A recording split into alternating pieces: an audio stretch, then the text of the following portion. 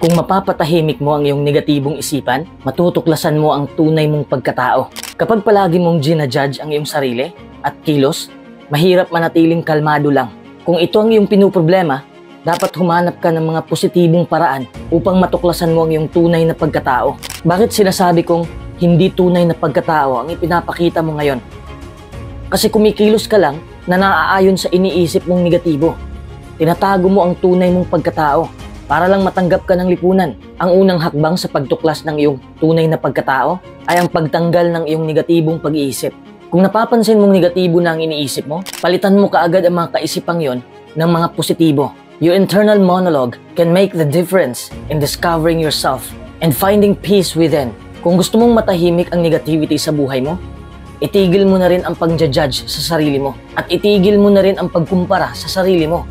Dapat kang maging mabait sa iyong sarili at mag-focus ka lang sa positibong pag-iisip. Learning to maintain a self-compassionate voice can help silence your inner critic, making it possible to discover your true self. Kung nahihirapan kang patigilin ang negatibong boses sa ulo mo, may ilang mga bagay na magagawa mo para malampasan ang negatibong boses na ito.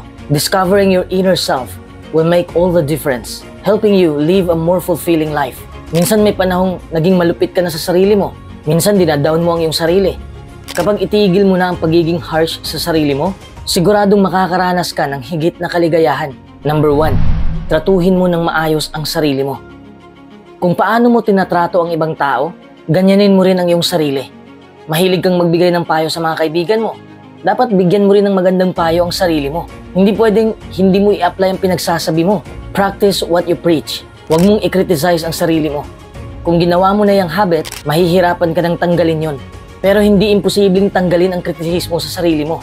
Gayunpaman, ang pakikitungo sa iyong sarili, sa parehong paraan ng pakikitungo mo sa isang kaibigan, ay makakatulong sa iyong maging gentle sa sarili mo. Ang pagkatuto mo kung paano mahalin ang iyong sarili ay may dulot na malaking pagbabago sa buhay mo. Matutuklasan mo ang tunay mong pagkatao at matatahimik na ang negatibong boses sa loob mo. Tratuhin mo ang iyong sarili bilang kaibigan mo. Hindi mo naman kaaway ang sarili mo, di ba? Ikaw ang kakampi mo. So ito ang isang paraan upang simulan ang pagtrato sa iyong sarili bilang isang kaibigan ay ang pag-isipan mong mabuti ang iyong mga salita at iniisip bago mo babatuhin ng negatibong salita ang sarili mo. Gusto mo bang batuhin ang kaibigan mo ng masamang salita? Hindi naman siguro, di ba? Kaya bakit mo gagawin yan sa sarili mo? Kung hindi mo sasabihin ang negatibong salita sa kaibigan mo, huwag mo rin gawin yan sa sarili mo. Don't be so hard on yourself. Okay? Silence your inner critic so you can discover your inner self. Number 2, yakapin mo ang iyong sarili. You reconnect with you. Ang pagtuklas sa tunay mong pagkatao ay isang walang katapusang proseso. Ngunit sulit ang pagsisikap mong ito. Bakit ko sinasabing walang katapusang proseso?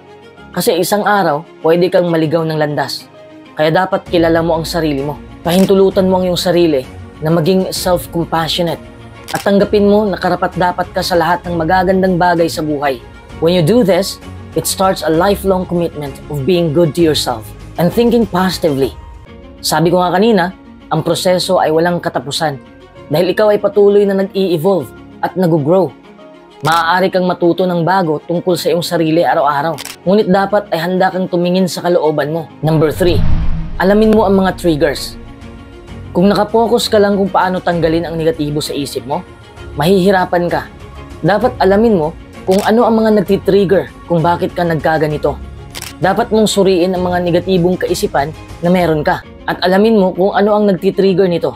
Mahalaga rin na tandaan mo kung paano ka mag-respond sa mga negatibong damdaming yon. When you focus on your thoughts enough to determine the inner workings, you can develop insight. It will help you be self-compassionate so that you feel safe enough to address the cause of your negativity. Number 4, mag-isip ka ng masayang pangyayari. Kung may nangyaring hindi maganda, may nangyari din namang napakaganda, di ba? Paano matatahimik ang negatibo sa ulo mo kung sa pangit na pangyayari ka lang nakapokus? Think about the moments in your life that you're proud of. Kapag gusto mong matuklasan ang tunay mong pagkatao, makakatulong na isipin mo ang mga bagay na ikaka-proud mo. Makakahanap ka ng kahulugan sa mga bagay na na-accomplish mo at ito'y tumutulong sa'yo na matukoy kung saan patungo ang iyong buhay sa susunod. Ibig sabihin na may tamang landas kang sinusundan. If you can determine what made those moments so special, it will help you find the meaning you've been searching for. Number 5, alamin mo kung ano ang pumipigil sa'yo. Lahat ng negatibo ay pumipigil sa'yo. Pero dapat ang unahin mo ay yung pinaka pumipigil sa'yo. Nang dahil sa negatibong pag-iisip na yan, unti-unting mawawala ang layunin mo sa buhay. Ano man ang naririnig mong negatibo sa isipan mo, unahin mo yung pinaka mabigat. Kapag natanggal mo na yon, madali na ang kasunod. Minsan ang negatibo doon ay ang pagsunod sa dinadaanan ng ibang tao. Kasi nawawala ka na sa sarili mong landas. Minsan ang negatibong iniisip mo ay pinapaniwala ka na hindi ka enough o hindi ka deserving sa pinangarap mo. Tukuyin mo kung aling emosyon ang nasa pinakagitna ng iyong negatibong pag-iisip. At pagkatapos ay harapin mo ang mga emosyong yon. Sa halip na hayaang mababalot nito ang iyong utak. Mas madaling madaig ang mga negatibong ito at mas madaling matuklasan ang tunay mong pagkatao kapag alam mo kung sino ang mga kalaban mo. Number 6. Alamin mo kung ano ang kagustuhan mo. Paano mo makilala ng lubos ang sarili mo kung hindi mo alam kung ano ang gusto mo? Huwag mo nang tingnan ang mga nadaanan mo na. Tumingin ka sa harapan mo. The things you want in life reveal so much about you. Saan mo gustong tumira? Anong klaseng trabaho ang gusto mo? Anong klaseng partner ang gusto mong makasama? Paano mo ginagamit ang iyong oras? Halimbawa lamang yan, dapat alam mo kung ano ang gusto mo sa buhay. Once you know what you want, you are well on your way to understanding yourself better. Number 7. Alamin mo ang iyong halaga. May halaga ka. Sino ba ang nagsasabi na wala? Huwag kang maniwala sa kanila. Knowing your worth and value is vital if you're going to have success and happiness in your life. For you to feel fully alive, you must have a strong sense of self-worth and possess confidence. The more you believe in yourself, the more efficient and effective you will be in all aspects of your life. You will have positive self-esteem. You will recognize the difference you make. You will be clear about your values and engage in activities that are more fulfilling. Ang isang paraan upang matukoy mo ang iyong kahalagahan ay isipin mo ang mga oras sa iyong buhay kung kailan napakasaya mo. Alamin mo kung sino ang kasama mo sa mga panahong yon, kung ano ang iyong ginagawa, at kung bakit ka nasisiyahan sa sandaling yon. Ang punto ko lang dito, kung nakaramdam ka ng kasiyahan noon, may halaga ka, kaya pwede mo rin yung gawin ngayon. Number 8. Huwag mong pakisamahan ang negatibong pag-iisip. Subukan mong lumabas muna sa sarili mo at tingnan mo ang negatibong isipan sa malayo. Tingnan mo kung anong ginagawa nito. Ma-imagine mo ba ang pait na ginawa ng negatibong ito? Look, your hurtful words and thoughts upset you. So try to think of it as a separate person saying those things to you. If you can imagine that you're having a relationship with yourself in this way, it's easier to reel in the criticism. Number 9. Kailangan mong mag-meditate. Para sa hindi nakakaalam, meditation can be defined as a set of techniques that are intended to encourage a heightened state of awareness and focused attention. Meditation is also a consciousness-changing technique that has been shown to have a wide number of benefits on psychological well-being. Makakatulong talaga ito para makapag-reconnect ka sa sarili mo. Kahit pag-upo mo lang ng 10 minuto sa isang tahimik na silid, ay isang kapaki-pakinabang na paraan upang makipag-ugnayan sa iyong sarili. Pero hindi lang ito bastang umupo ka lang. Dapat sanayin mong i-focus ang isip mo sa positibong bagay. Ang pag-meditate ay maaaring makakatulong sa iyo na pag-isipang mabuti ang mga bagay at makakabuo ka ng mga solusyon na hindi mo pa naisip noon. Habang tahimik ang nakaupong mag-isa, mag-focus ka sa pagre-relax sa pamamagitan ng pag-focus sa iyong kalmadong paghinga. Bigyang pansin kung saan nanggagaling ang iyong hininga at kung paano magre-react ang iyong katawan sa mga inhale at exhale na ginawa mo. Mararamdaman mo naman yan. As you focus on these things, it will help you clear your mind so that you can fully reflect. Gumana siya sa akin, kumalma ang isip ko, at sana nga ay gumana rin sa'yo. Gagana yan for sure kung gawin mo lang ng maayos. Number 10. Walang problema sa'yo. Huwag mong isipin na may problema sa'yo. Kasi totoong walang problema sa'yo. Dahil lang nakakaranas ka ng negatibong pag-iisip, ay hindi ibig sabihin na may mali sa'yo.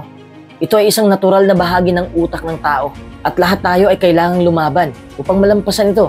Kung nahihirapan kang paalisin ang mga negatibong kaisipan, ayos pa rin yun. Wala pa ring mali sa'yo. Ang ating utak ay isang masalimuot na sistema na maaaring gumawa ng mga kamanghamanghang bagay. Ngunit maaari rin itong mag-focus sa mga maling bagay. Sa halip na isipin ito bilang may mali sa'yo, subukan mong isipin ito bilang isang hamon upang mabalansi mo ang iyong sitwasyon at ang iyong sarili. Number 11. Mag-ingat ka sa mga sinasabi mo. Lalong-lalo na kung ano ang sinabi mo sa iyong sarili. Our words are powerful beyond measure. Mag-isip ka muna bago mo bitawan ang iyong mga salita. Kasi kapag sinabi mo na yan, hindi mo na yan maibabalik. What you say to yourself matters. It matters so much that it can transform or destroy your relationships and destroy your life. What you say to yourself will make you or break you. Kung sinasabi mong tanga ka, mapapaniwalaan mo yun. Kung naniniwala ka na tanga ka, ibig sabihin na hindi ka na naniniwala na matalino ka. Kasi ang isip natin ay isa lang ang pipiliin. Pumipili lamang ito kung ano ang iniisip natin. One word vocabulary. Ang isip natin ay oo lang ng oo. Kung sinabi mong tanga ka, magre-respond ito na oo, tanga ka. Kung naniniwala kang tanga ka, puro na lang din katangahan ang magagawa mo. And if you do stupid things, you will have your self-fulfilled prophecy, proving to yourself and the world how stupid you are. Kaya subukan mong makipag-usap sa iyong sarili ng may kabaitan at gumamit ka ng banayad na tono. Sa pamamagitan ng paggamit ng positibong tono, it will make you feel safe and secure. Number 12, sumama ka sa mga taong positibo. Kung gusto mong matahimik ang iyong negatibong pag-iisip, sumama ka sa mga taong positibo dahil matutulungan ka nila. Happiness and positivity influence success. Choose to surround yourself with good people. People that choose to support good causes. People that obey the law. People that are kind. If you surround yourself with people that do good deeds, that are kind to other people that care for the environment and care of the causes that you care about yourself, you will find yourself becoming a better person for it. Happiness is contagious. You can help one another and offer words of encouragement along the way. When you find these people, they will help you discover yourself by limiting the negativity in your life. Kung gusto mong makilala ng husto ang iyong sarili, patahimikin mo ang negatibo mong isipan. Alam nating lahat na hindi madali ang manatili sa positibong mentalidad. Pero kailangan mo pa rin lumaban. Huwag mong hayaan na lalamunin ka nito at masisira pa ang iyong pagkatao, pati na mga ambisyon mo. Gamitin mo ang 12 tips na ito para matuklasan mo na ang tunay mong pagkatao. And of course, to grow as an individual. Hindi mo naman kailangan tanggalin lahat ng sabay-sabay. Hinay-hinay lang hanggang sa tuluyan itong maglaho. Kung babalik ito ulit, alam mo na kung ano mga gagawin.